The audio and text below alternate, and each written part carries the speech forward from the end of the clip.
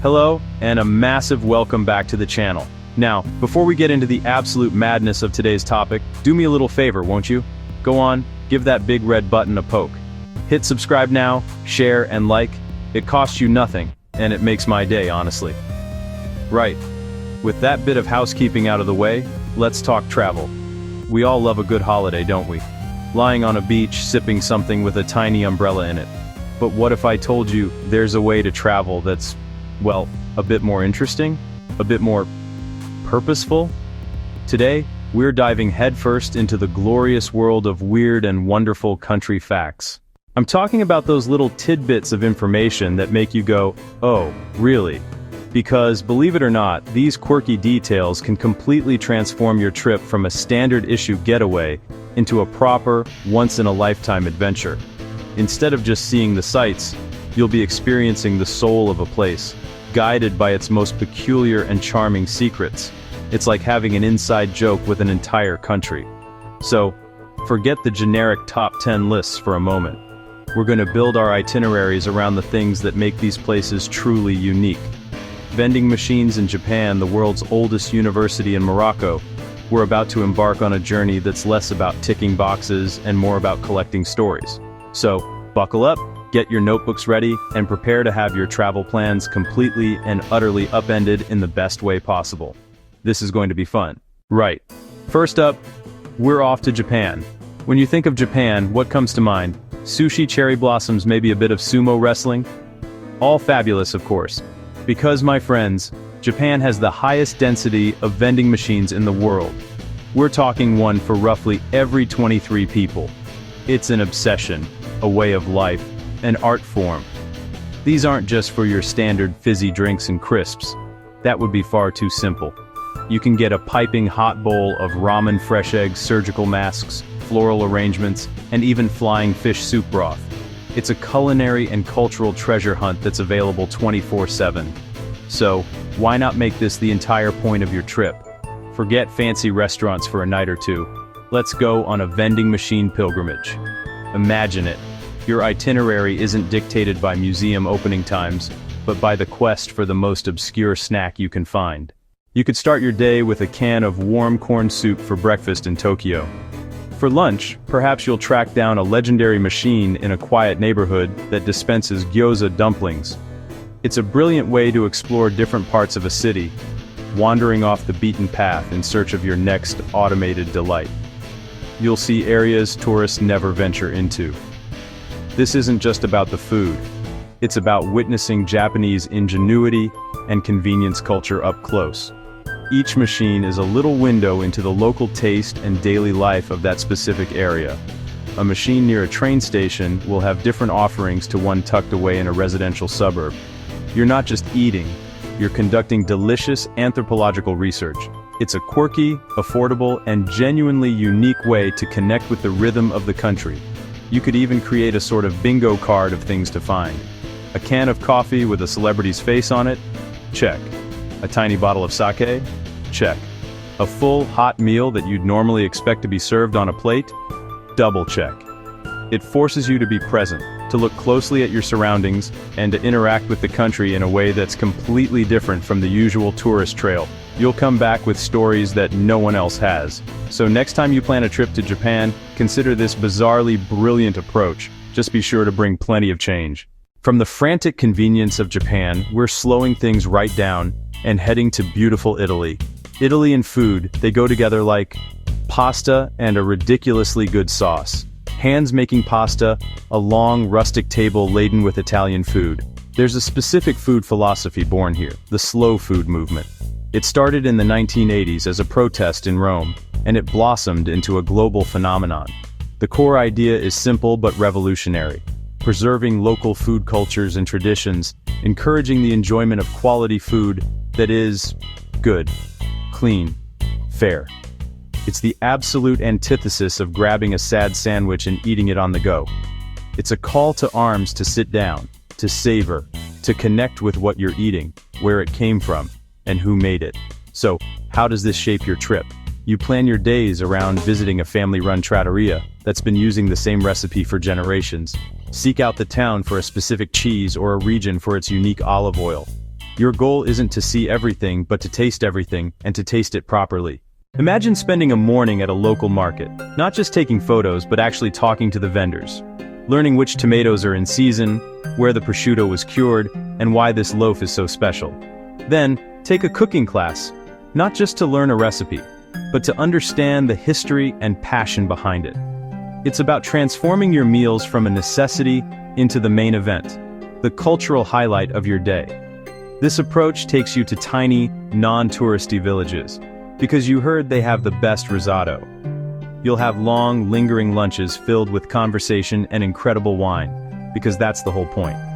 This isn't about gluttony, it's about mindfulness. Appreciating the craft and the community that food creates. Plan visits to slow food Presidia, go to Parma for Parmigiano Reggiano, or Modena for traditional balsamic. It's a purpose-driven journey that supports local economies and preserves culture. The real Italy isn't in a museum, it's on your plate. Alright, let's chuck a shrimp on the Barbie and head down under. Australia. When you think of Australian wildlife, your mind jumps to kangaroos and cuddly koalas, but that's just scratching the surface of one of the most biologically bizarre and wonderful places on Earth.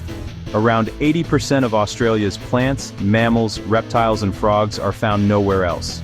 This isn't just a country, it's a living museum of evolution. So, build your trip around wildlife encounters with a focus on conservation and ethics. Imagine swimming with whale sharks on the Ningaloo Reef, managed with incredible care for the animals, or seek Tasmanian devils and contribute to efforts fighting a devastating facial tumor disease. Visit Kangaroo Island, a Noah's Ark of native species, with protected rookeries and roaming marsupials. Venture into the Daintree to spot the magnificent cassowary. Join guided eco-tours where funds go to research. Volunteer a day caring for injured wildlife. See platypuses at dawn, or thousands of tiny penguins at dusk on Phillip Island. It's a trip that leaves you in awe, so pack your binoculars and a sense of wonder. Australia's wild side is waiting. Grab your warmest coat, because our next stop is the utterly dramatic, jaw-droppingly beautiful Iceland. They call it the land of fire and ice. This isn't just a tagline, it's the literal geological reality. Glaciers sit with bubbling volcanoes, raw power and adventure. Forget a gentle city break. Feel small before elemental forces. Plan to embrace the contrast. One day ancient ice.